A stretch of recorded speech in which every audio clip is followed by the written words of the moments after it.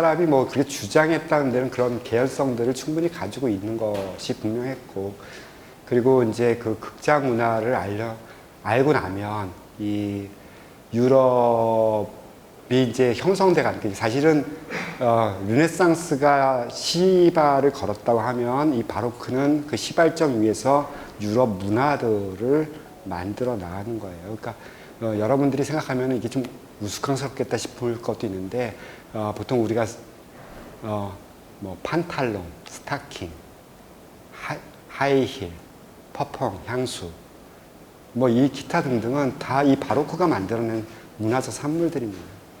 그러니까 어떻게 보면은 이 시대를 거쳤어야 됐고 그 시대를 거쳐서 이 시대 거쳐서 유럽이라는 게 만들어지고요.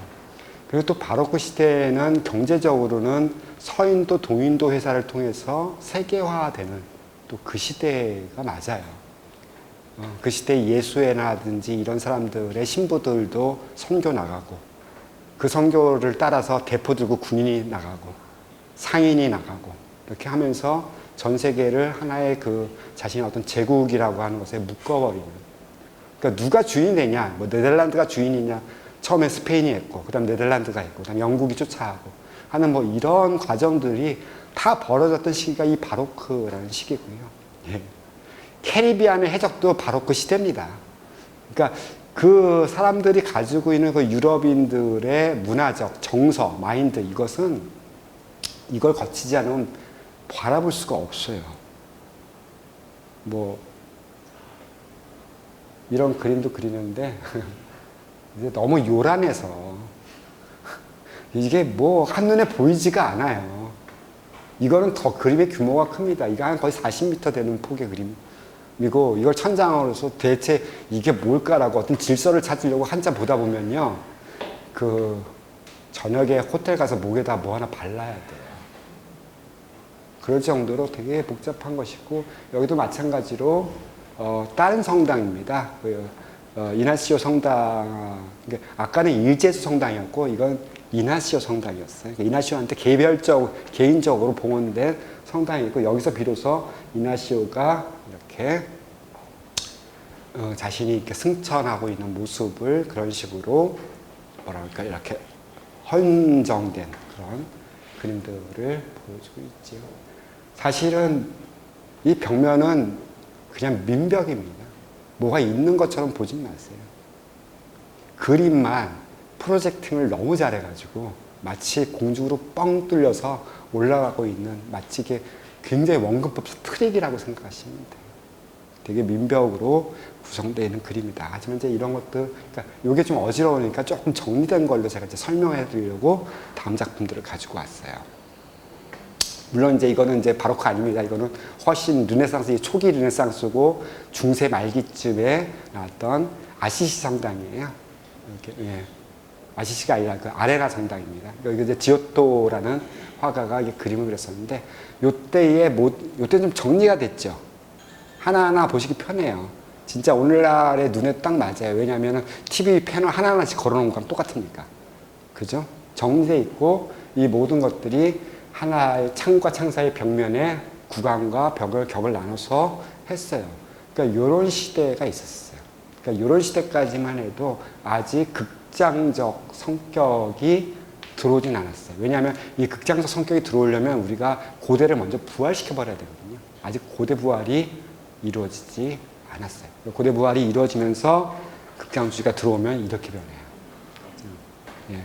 이제 모든 것이 번쩍거리고 휘황찬란하고 무질서하게까지 보이게 됩니다. 하지만 이제 이 속에서 이제 질서를 찾아내셔야 되고요.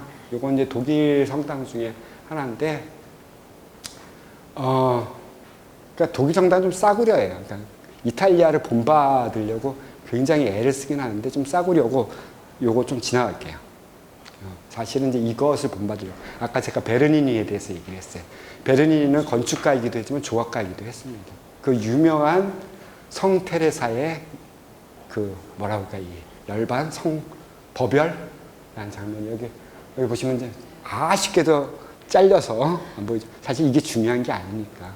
이 천사가 이렇게 화살을 들고서 이렇게, 이게 성령이겠죠. 근데 보고 있는 사람들은 특히 요걸 봤던 살바도르 달리라는 사람은 저 여자는 법열에 빠진 게 아니라 오르가즘에 빠진 거야 라고 이렇게 얘기할 정도로 이 표정 자체가 너무 세속적인 것도 있어요. 하지만 보세요.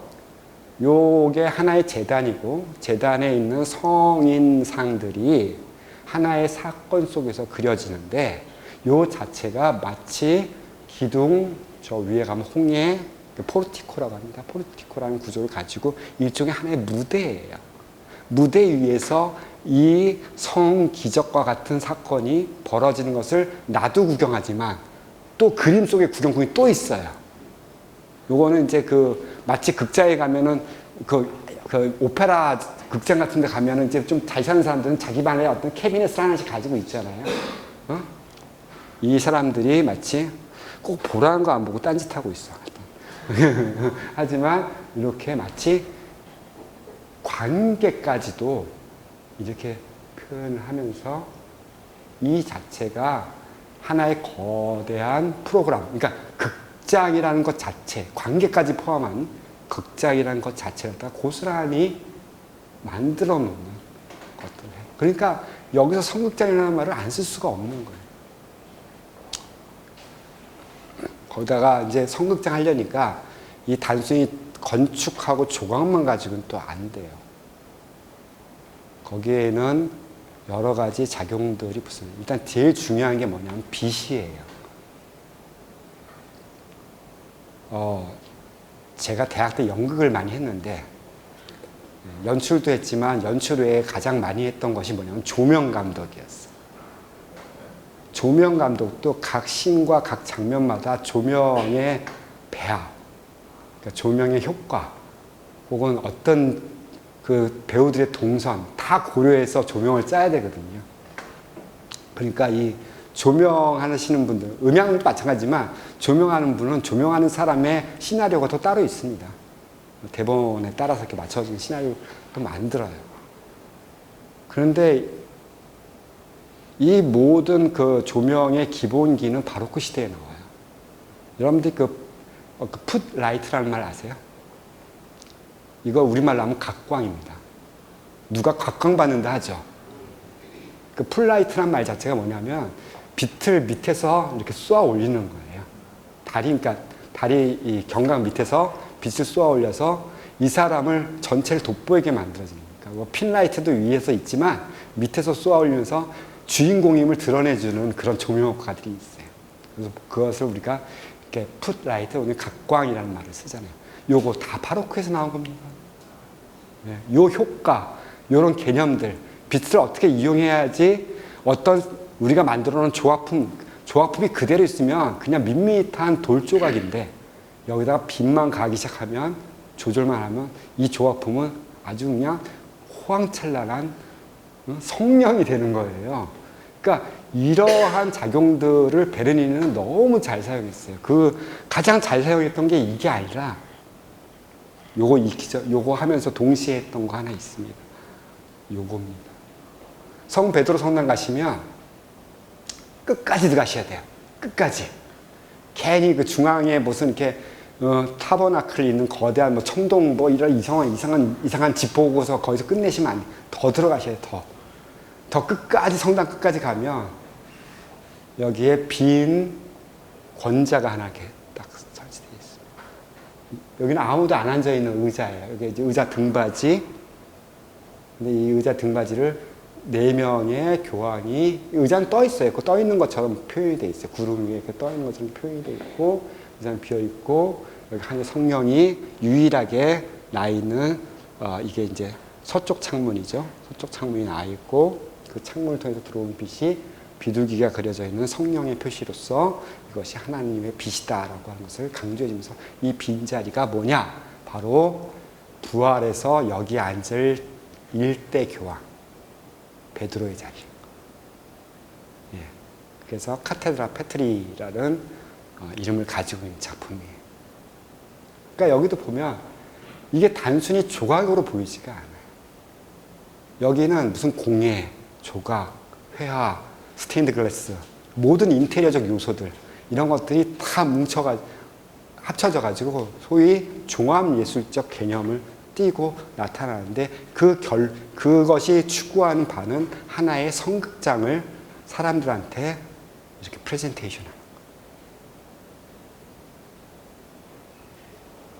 거예요. 요거는 베드로 성당 가면 꼭 보셔야 되는 것이다고 볼 수 있고요. 다시 독일로 가면 이게 로어라는 수도원에 있는 수도원 교회에 근데 성모의 승천이라고 합니다. 보시면은 이 관을 열어본 제자들이 관이 비어 있어요. 성모는 몸 자체가 승천을 해버렸어요. 그래서 승천한 올라가 있고, 그러니까 교회 자체가 성당 내부 이게 제단이거든요. 제단부인데 제단 자체가 하나의 그러니까 성서적 사건을 재현해주는 무대가 돼요. 그러니까 그거를 사람들이 보고 싶어요. 그러니까 이게 되게 재밌는 게 만든 사람이 그걸 의도한 게 아니라 그것을 보고 싶어 했던 대중들이 있었고 그런 대중들의 심리는 바로 이 극장주의에 의거한 심리였다라고 말씀을 드릴 수 있는 것 같아요. 그러니까 요거는 이제 이후에 그러니까 바로크나 로코코나 이후에 독일이든 프랑스든 혹은 보헤미아 지역이든 헝가리 지역이든 어디든 가서 교회의 내부를 보시면 이런 양상들로서 계속 그러한 미술 구조들을 만들어 나가고 있었다라고 볼 수 있겠고요. 이렇게 놀고 지냈다라는 것을 슬쩍 넘어가고요. 요거는 왜 가져왔는지 모르겠는데, 예, 이거는 저기 어디죠? 그 만대루인데.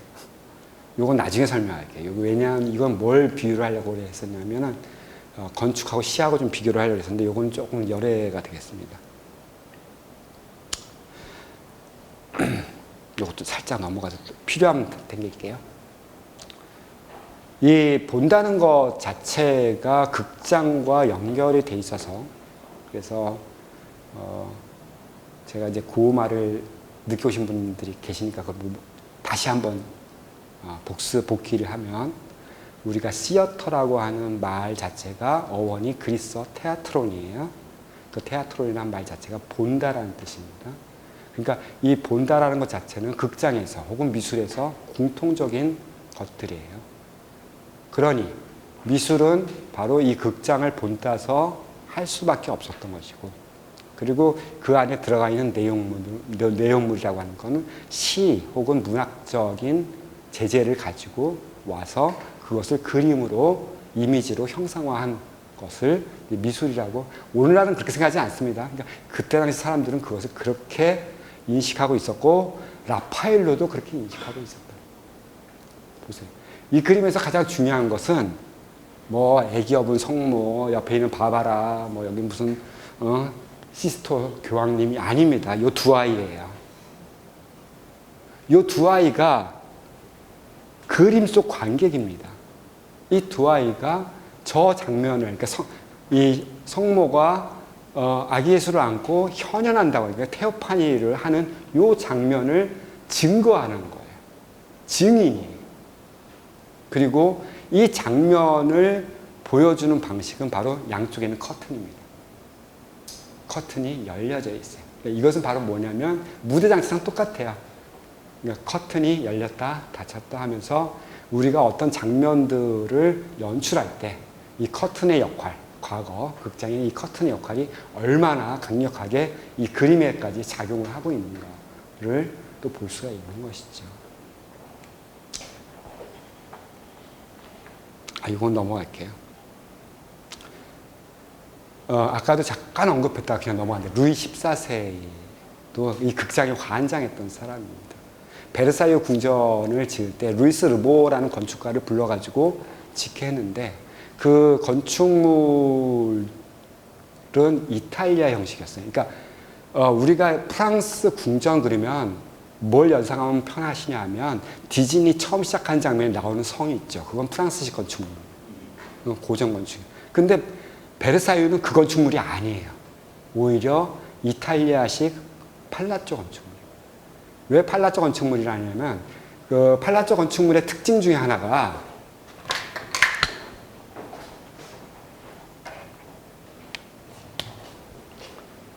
보통 그 성체 건축은 집 어떤 구조를 가지든지 집 자체가 네모거나 동그라미거나 이 안에 다 들어가 있어요. 그리고 겨우 출입구 하나를 통해서 들어가게끔 만들어요. 그런데 이탈리아의 팔라조 건축물의 특징 중 하나는, 물론 로마 팔라조 건축물은 빼고요, 그 특징 중 하나는 건축물이 이렇게 되어 있습니다. 그러니까 내부 중정과 외부의 정원을 다 양쪽으로 끌어안게 되어 있고요. 특히 내부 중정, 여기는 바로 무대가 됩니다. 그러니까 스스로 건축물 자체를 하나의 극장의 확대판 정도로 바라봤던 거예요. 그래서 베르사유 건축을 보면 이 앞에 정원들이 이렇게 있어요. 그 유명한 베르사유의 그 프랑스식 정원이 쫙 앞에 펼쳐집니다. 이거 보면 다 이렇게 돼 있어요. 연결해서 또 지면 이런 식으로 집니다. 계속. 그래가지고 한 번 더 나오고 하는 그런 식으로 집들을 짓게 되는데, 이 베르사유 건축물을 지었던 건축주가 누구예요? 루이 14세잖아요. 원래는 자기 아버지나 할아버지의 사냥 별궁터였는데, 베르사유라는 동네 자체가, 베르사유 그러면은 실제로 보면은 그 궁전의 이름뿐만 아니라 그 지역의 이름이기도 하죠. 맞죠? 맞아요. 베르사유라는 지역이죠. 그죠? 예. 그러니까 파리에서 보면 부천쯤 되나요? 서울로 친다면? 그러니까 남서쪽이니까 부천이나 안양 정도쯤 되겠네. 예. 하여튼 그 정도 있습니다. 하여튼 제가 가본 기억이 좀 희미해져서. 예. 원래 거기가 이제 숲이 있었고, 세느강의 지류가 흐르고 있었고, 근데 사실은 거기가 그냥 사냥터로 쓸만큼, 농사 짓는 땅이 아니었어요. 사냥터로 쓸만큼 사실은 조금 척박한 땅이었었어요. 그러니까 이 땅에 사냥주, 자기도 뭐 부친을 따라 사냥도 가고 그랬겠죠. 그래서 사냥 갔던 루이 14세가 여기다가 정원을 짓고 싶은 거예요. 거기다가 그 앙드레 르노트레가 자기 삼촌을 위해서 지어준 그 궁전의 정원을 보고 나도 갖고 싶어. 이런, 저런 거 나도 갖고 싶어라고 한 마음이 들었던 거예요. 그래서 그때 짓기 시작했을 때가 21살 나이였거든요. 그러니까 21살 나이 때 결국은 앙드레 르노트레라고 하는 그 정원사라고 보면 별 볼 일 보지 마세요. 그때 정원사 하면 차관급에 해당하는 신하입니다. 관료예요. 데리고 와서 여기 조금 성 짓자. 정원 꾸미자. 그랬더니 루트레가 반대했어요. 여기는 너무 환경 안 좋고 힘들다. 그러니까 이 21살짜리 왕이 그때 나온 말이랍니다. 에따 셈모아. 짐이고 국가다. 너 내 말 들어야지. 안 들으면 너 뭐가지 날릴 거야. 그래서 지어놓은 게 지금의 베르사유 궁전이 됐다고 하고요. 예. 베르사유 짓기 전에는 그 엄마의 성이 아마 이탈리아 여자였을 거예요. 그죠? 그 메디치 가문의 여자였을 텐데, 그 엄마가 빨레 룩셈보라고 하는 곳에 살았어요. 거기 그러니까 이름 자체가 빨레잖아. 그 궁전이 거기 엄마의 엄마의 궁전이 있었는데 거기서 공연을 많이 했어요. 누가? 스스로 자기가 발레 공연을 했어요. 그때 자기가 태양왕이라는 것을 표시하기 위해서, 지금 웃기잖아요. 근데 혹시 영화 보셨어요? 그 왕의 춤인가? The Roi Dance라고 하는 그 거기 딱 보면 이때 발레는 되게 남성적이에요. 그러니까 오늘날 발레는 러시아나 이런 발레들, 근대 발레를 거치면서 여성미의 우아함 막 이렇게 얘기했지만, 저때 발레는 거의 남자들의 군무에 가까운 춤이었어요. 되게 절도 있는 발동작이면 이런 거 보여주죠. 얘가 걷는 발 한 걸음, 손동작 하나하나가 바로 메시지예요. 정치적 메시지인 거예요. 그러니까 이걸 갖다가 영화를 보시면 되게 잘 볼 수가 있어요. 이 어린 꼬마가 저 옷을 입고 나와가지고 이렇게 어떤 멘트에 맞춰서 춤을 추는데, 이 자체가 절대주의를 보여주는, 절대주의의 메시지를, 그러니까 이 사람의 조각은 이제 좀 발전한 극장성이에요. 발전한 연출력이에요. 그러니까 그 바로크 같이 장황하지 않아요. 왠지 모르게 고요해요. 저 조각상은 뭐냐면 성 브루노라는 성인인데, 이 브루노 성인의 그 특징 중에 하나가 이 양반이 침묵서원하고 죽을 때까지 말을 안 했다고 하는 성자입니다. 그러니까 이 조각품을 봤던 한 교황님께서, 그 베네토 13세인가 그럴 거예요. 이 교황님께서 이걸 다 브루노 조각상을 한 장 보더니 저렇게 침묵서원한 성인이 뭔가 나한테 말을 하려고 하는 것 같아요 라고 얘기를 했어요. 그럴 정도로 굉장히 인상 깊게 봤다라는 거죠. 그러니까 어떻게 보면은 이 극장은 말로 이루어지잖아요. 어떤 동작도 있고 연기도 표정도 있고 어떤 장면에 대한 무대 연출도 있고 하지만 결국은 말 자체가 이루어지는데, 무대에서는 그 중요한 이 미술에서는 그 중요한 말이 빠지잖아요. 그것을 어떠한 연출로서 보여줬다라고 저는 우돈이 그런 사람이었다라고 봅니다. 이때는 이제 하여튼 이거는 클로드 로랭이라고 하는 또 프랑스의 유명한 화가죠. 이 사람 때문에 고전주의가 생겼고 그 프랑스 미술의 그 아카데미즘이라는 것이 여기서 생겼으니까요.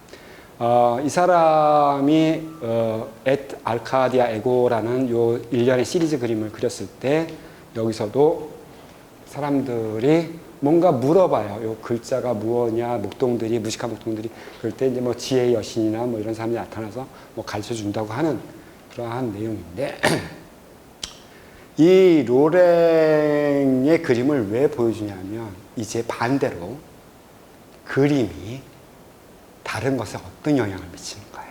지금까지는 그림이 다른 요소에서 영향을 받아왔어요. 근데 그 이제 그림 자체가 건축, 연극, 그 다음에 조경까지도 어떻게 영향을 미치는가를 보여드려요. 저는 이 그림을 왜 좋아하는지 모르겠고 왜 높이 평가하는지 잘 모르겠어요. 다만 고전주의의 품격, 그 클래시즘의 그 뭐라 그럴까, 최고봉에 해당하는 그림이다. 뭐 이렇게만 교과서적으로 외웠지 저한테는 감흥이 없어요. 저는 클래식을 싫어해요. 네.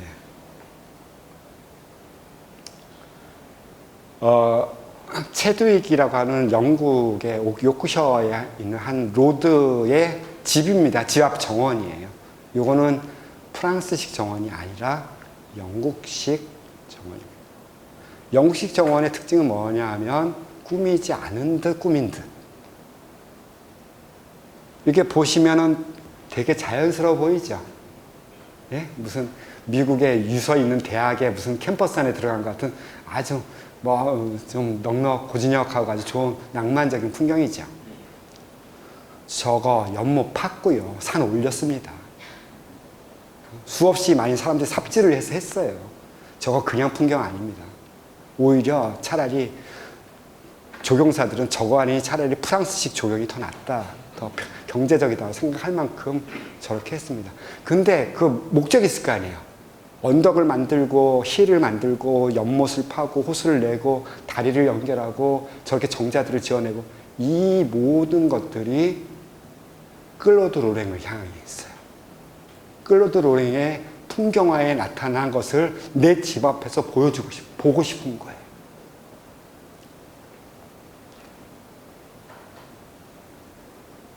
그래서 클로드 로랭이 영국의 그림이 굉장히 많이 가 있어요.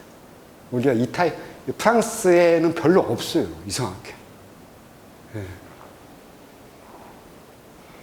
그리고 저런 분위기 속에서 이 영국인들은 어떤 개념들을 만들어야 했냐면 픽처레스크 가든이요. 이제는 다시 그림은 정원같이예요. 그러니까 어떤 식이냐면, 그러니까 내 앞에 보여지는 어떤 자연, 제2자연이라고 할 수 있는 이런 어떤 조경이나 이런 풍경들을 마치 그림과 같은 양태로 바꿔놔야겠다라고 하는 그런 심리들이 막강하게 작용을 하고 있다는 것을 볼 수 있을 것 같아요. 그러니 이런 그림들이 나오죠. 네, 이거는 이제 19세기에 영국 프레라파엘, 그러니까 라파엘 전파들이 그렸던 그림들 보면, 비록 그러니까 이 사람들은 굉장히 그것과 밀접해요. 그러니까 이건 뭔지 아시겠죠? 척 봐도 뭔지 아시겠죠? 나시스 누구겠어요? 잘생기긴 했네. 얘가 누구겠어요? 에코입니다. 둘 다 불쌍해요. 근데 이거는 지한테 미쳤고 얘는 얘한테 미쳤어. 그러니까 어떻게 보면은 좀 그런 어떤 비극적 요소들을 이렇게 가지고 있는데, 그러니까 여전히 이 시대에 이런 그림이 나온다는 건 굉장히 구태의연한 거예요. 이 그림이 나왔을 때는 더 이상 바로크 시대가 아닙니다. 이 그림이 나왔을 때는 사람들 기차 타고 다니고 있었고요. 증기기관이 펑펑펑펑 돌아가고 있었고, 방적기계가 돌아가고 있었고, 당시에 경제적으로는 이 금융의 첨단이라고 얘기하는 주식시장이 막 활성화되어 있었고, 그럴 때예요. 그런 시대에 이 옛날 옛적 그림을 그린다고요. 그런데 그럴 수밖에 없었어요. 왜냐하면 그게 유일하게 남아있던 과거의 향수가 됐다. 그러니까 이 사람들은 그림 속에서 그 향수들을 기억하려고 했었어요. 이것도 마찬가지로 이제는 그런 그리스 신화가로도 양이 안 차니까 아라베스크, 아랍 신화들, 그러니까 예를 들자면 아라비안 나이트 이런 것들을 빌어와가지고 나름의 이러한 그 에조티시즘과 에로티시즘이 동시에 있는, 그러니까 이국적 취향과 성적 취향을 같이 묶어서 그림을 그려요. 그리고 여기에서 이렇게 보시고 있으면 이거는 어떤 시어터냐 하면 혹시 그 독일 말로는 구쿠카스텐 시어터라고 해서 이런 극장이 있어요. 좀 물론 극장의 내용은 조금 저질입니다. 좀 성인극이나 좀 이렇게 좀 야한 연극 같은 거 있어요. 근데 그거를 이게 극장 같은 데서 객석에 앉아서 보는 게 아니라 그 극장이 이게 박스 안에서 벌어지고 있으면 박스 겉에서 눈깔 구멍을 이렇게 뚫어놔요. 그리고 한 번 5분씩 쳐다보는데 1실링, 2실링 이런 식으로 받는 거예요. 그러니까 10분짜리 시어터죠. 그러니까 구크카스텐 시어터라는 말을 합니다. 바로 그런 지점이에요. 그러니까 그런 식으로 엿보기, 그러니까 관음증적인 시각들. 그러니까 극장도 제가 아까 처음에 들어갈 때 그런 얘기 했었어요. 관객과 배우는 같은 세계에 있는 사람이 아니에요. 시각적으로는 동시성을 공유하고 있지만 세계는 다른 세계. 그러니까 무대는 뒤에 세 개의 배경과 앞에 눈에 보이지 않는 벽이 하나 더 있다라고 생각하고 연극을 해요. 보이지 않는 벽이 네 번째 벽이라는 것을 상정을 한 거죠. 근데 그 벽에다 구멍을 뚫는다고 생각을 해보세요. 이건 또 다른 개념으로서 진전하는 양태가 됩니다. 왠지 그렇게 봐야 짜릿할 것 같지 않아요. 그냥 대놓고 보고 있으면은 좀 지루할 것 같기는 한데 구멍 하나만 뚫으면 갑자기 사람들은 어떤 이 감정의 상승 효과를 볼 수 있을 것 같아요. 이건 이제 주요 아시죠? 앵그르가 그린 아라베스크 뭐죠? 오달리스크는 죄송합니다. 오달리스크의 대표적인 것 중에 하나죠. 넘어가겠습니다. 르네 마그리트입니다. 르네 마그리트는 철학하는 예술가라고 볼 수 있을 거예요. 이 사람은 그림이 그냥 철학 자체예요. 파이프 그려놓고 이거 파이프 아니다라고 해버리면 도대체 사람들은 이제 헷갈리기 시작하는 거고 사이의 혼돈에 빠지기 시작하는 것이죠. 저는 이 르네 마그리트는 어떤 그림 속에서 되게 묘한 장치 하나, 그러니까 어떤 이렇게 빵 부스러기를 미끼 하나를 딱 던져주는 그런 화가라고 봅니다. 특히 이런 것들. 이거는 그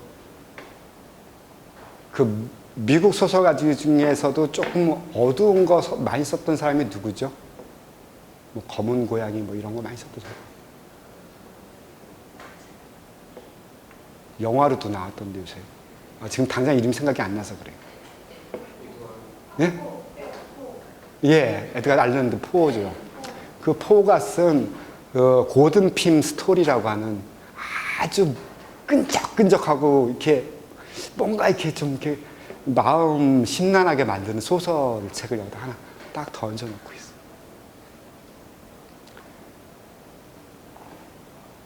저는 오히려 그래요. 이렇게 마가레트를 보면 굉장히 전위적인 화가 맞습니다. 어떻게 그런 형상들과 그러한 그림 속 사건들을 만들어낼 수 있을까?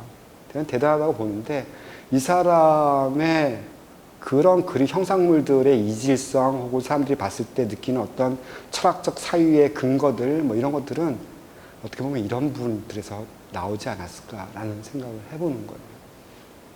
그림 자체도 사실은 부조리잖아요. 저게 상식적으로 이해 가능한 장면이 아니잖아요. 그런데 그래서 이 책을 보면 더 상식적이지 않은 세상도 따로 존재하고 있다는 것을 볼 수가 있어요. 요거는 저기 그 발터 베냐민의 추모 조형물에 터널 하나가 뚫려 있는 건데요. 그 밑에 이렇게 써 있는 글자가 이렇게 끝에 가시면 글자가 하나 보이는데, 요거는 제가 다음 기회에 이거 되게 중요한 것이 돼서 다음 기회에 다른 제목으로 또 설명을 해드릴게요. 넘어가고. 인디애나 존스가 만들어놓은 1970년대 나온 러브입니다. 러브.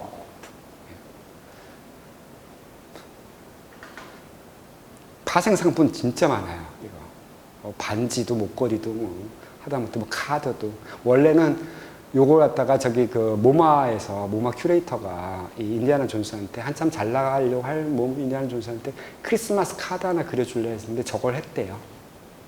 그걸 이제 크리스마스 카드 위에다 그렸는데 그때의 그 큐레이터가 이거 보고 이거 조각품 만들면 괜찮겠는데요. 그래가지고 만들어 놓은 게 이 작품이고 저기 한 16개인가 버전이 있어요. 한 개가 우리나라에도 있죠. 예, 리움에 있습니다. 누구 어디겠어요, 리움이지. 우리 집 마당도 있으면 하나 갖다 놓고. 그러면 예. 저거를 글자로 이제 못 읽겠어요. 왜냐하면 이제 리터러시가 떨어져 나가버려서 그래요. 그냥 우리가 봤을 때 사랑 이렇게 하면 좋겠는데 저것을 사랑이라고 읽혀지지가 않고 왠지 모르게 저것이 거대한 벽이나 기둥이나 이런 것처럼 그냥 그렇게 보여요. 어떤 구축물로만 보여요. 그러니까 제가 이제 처음 들어왔을 때 살짝 언급했던 것 중에 하나가 현대미술에서 가장 중요한 가장 큰 현상 중에 하나가 바로 리터러시를 상실해버렸다는 거예요. 그러니까 리터러시를 쓰면서도 리터러시가 아닌 게 되는 그런 되게 이질적이고 충격적인 상황에 우리가 들어와 있는 거고요. 나머지 서비스 몇 개 더 보여드리고 끝낼게요. 저는 이 사람을 좋아하는 이유가 리터러시가 그나마 조금 있어서 그래요. 대서양의 연안에 파도치는 그 절벽에다가 이 철근으로 만들어 놓은 마치 해초같이 붙어있는 거대한 기둥 같은 것들이에요. 제목이 바람의 빛입니다. 네. 그리고 재밌는 게 이 밑에다가 터널을 뚫어서 이렇게 조그만 구멍을 냈어요. 그래서 파도가 밀려오면 이 터널 밑까지 쑥 들어왔다가 나가기 때문에 터널 그 구멍 위로 그 약간 수통 같은 구멍 위로 굉장히 소리가 재밌는 소리가 들려요. 마치 바람이 요 큰 손 사이를 갖다가 비껴지는 그런 어떤 느낌들을 주고 있고요. 저는 여기가 비로소 조각가들이 다시 리터러시를 찾으려고 하는 그런 순간이 아닌가라는 그런 의심을 해보게 됐습니다. 넘어갈게요.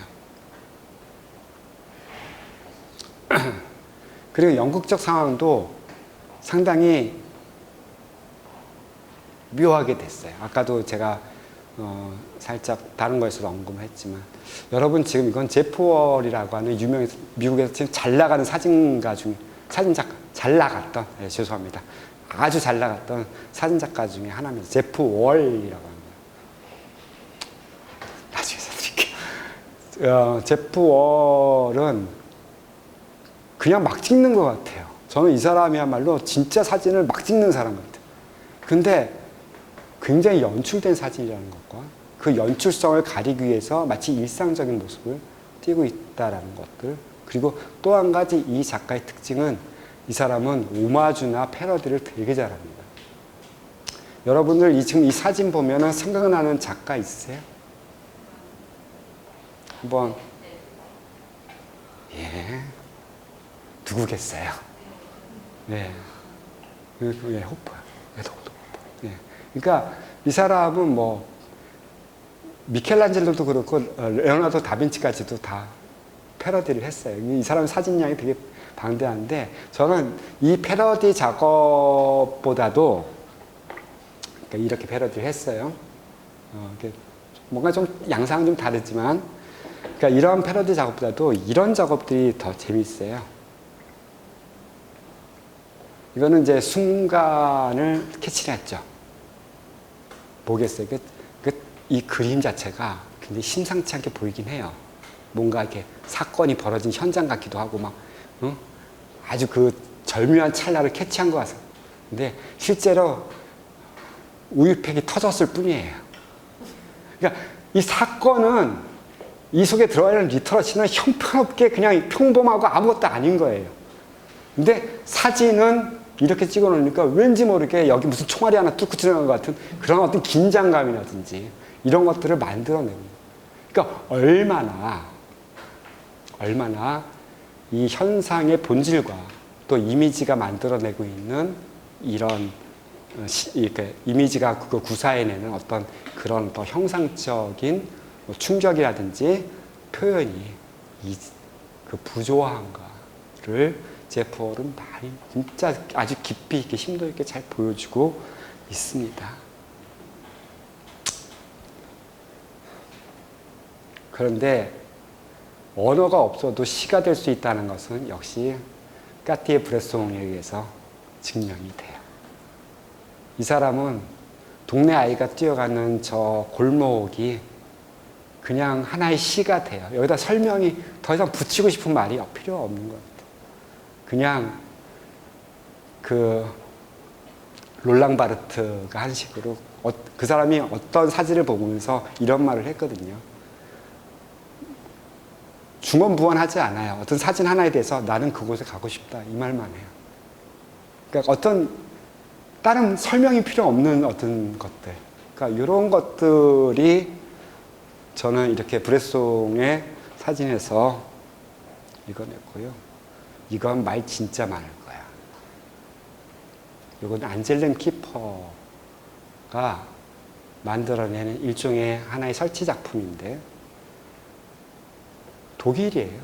독일을 신부로, 그러니까 브라이드로 표현을 한 거예요. 근데 사람의 얼굴은 간데없고 얼굴 부분에서 나는 머리칼 같이 떨어지고 있는 것들은 그 동서독을 갈랐던 그 철조망들, 혹은 그 유태인 강제 수용소에서 사람을 잡아두었던 그런 것들, 이런 것들이 보고 있어서 그러니까 저것과 하얀 흰색 그 백색의 드레스가 딱 결합되면서 이 감정이 막 요동을 치는 거예요.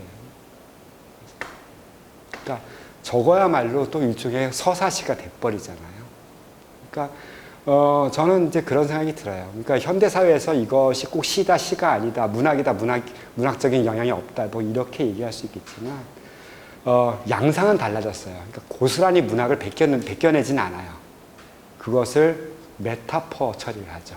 그게 아마 현대 미술에서 자기 스스로의 극장화를 이룬 결과가 아닐까라는 생각을 해봅니다. 예, 오늘 강의는 여기서 끝내겠습니다. 예, 고맙습니다.